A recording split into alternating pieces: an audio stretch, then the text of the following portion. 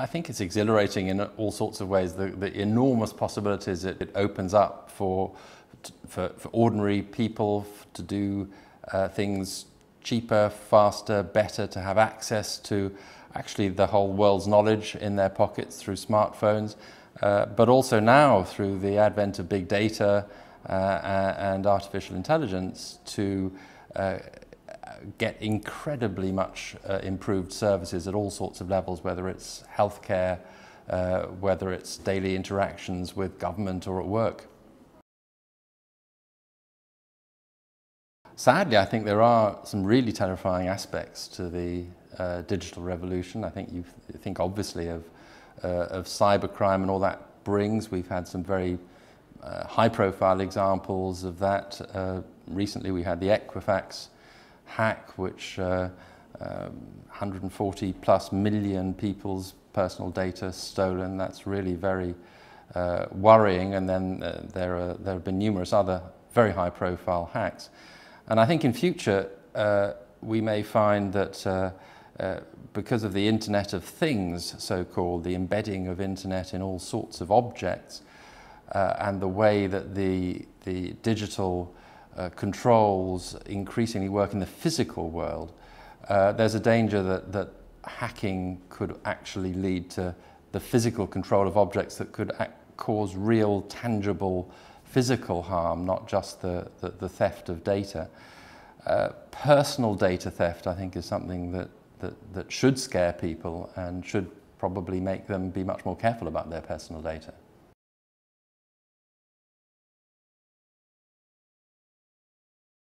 Well, when you look at what's coming up in the next year or so in the tech world, you always look at what's really, do you know, is coming down the horizon. 5G telecoms are definitely something that's coming our way. I think at the at the South Korean Winter Olympics held just outside Seoul, we're going to see some trials of 5G. It's not ready for big-time general rollout yet, but that's going to enable the very data-intensive mobile services through virtual reality and similar things possible.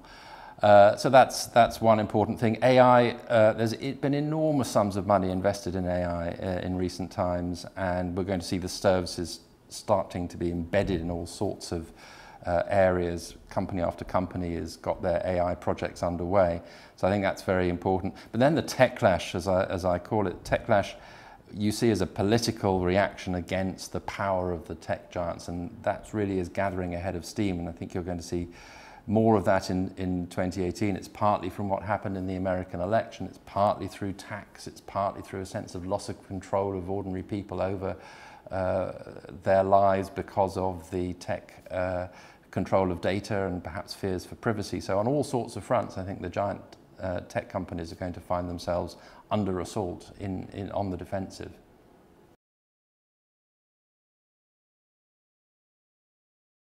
Well, I think just preface that by saying that in general, people tend to think about the role that machines might have in stealing away jobs, and people worry that there won't be enough jobs for the future.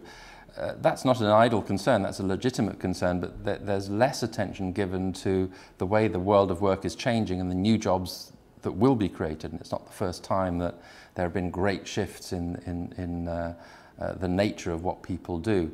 So I think it's interesting to have try a bit of imagination as to what the coming jobs are, and some of my favorite ideas include so-called bot wranglers, people who are working in the bot economy. That really didn't exist a few years ago, and now you start having very vigorous development of bots by all sorts of companies. That's going to need armies of people to program them, design them, make them user-friendly. And then drones, you think of military drones, they already exist, or the drone that you may have been given to take pictures for Christmas and perhaps used, perhaps never used. But between those two extremes of the personal recreational drone and the military drone, there's a very fast-growing economy around commercial drones used for all sorts of purposes such as going into natural disaster areas where it's dangerous for humans, monitoring the environment, doing building site work, delivery drones, we perhaps more familiar example. And that's again going to need vast numbers of people to design the drones, service the drones, fly the drones. So I think, you know, if you think that the job of an airline pilot once didn't exist, now now it's a very big source of employment. Ryanair can't get enough of them. But in future, the drone economy is going to be generating enormous numbers of amounts of work.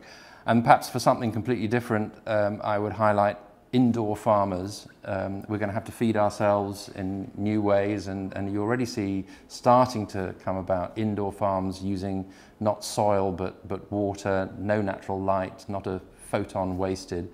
And so forget about the farmer in his or her Wellington boots going out into the fields. These will be very high-tech farmers in indoor vertical buildings very close to where people are consuming the vegetables that these will be creating. Well, you know, there's no magic solution to making it great again. I think one should begin by recognizing that it's messy. The internet is becoming life, you know, it's becoming just the way the world is, and the world is full of good things and bad things, and I think the same is true and will be true of the internet. But I think that one thing that we will need to be particularly vigilant about is the whole security question, making sure that the cyber attacks and the digital economy is as safe as it can be, and that is the way to make sure that people in safety, as in other physical areas of life, can go about their business with confidence and with enjoyment.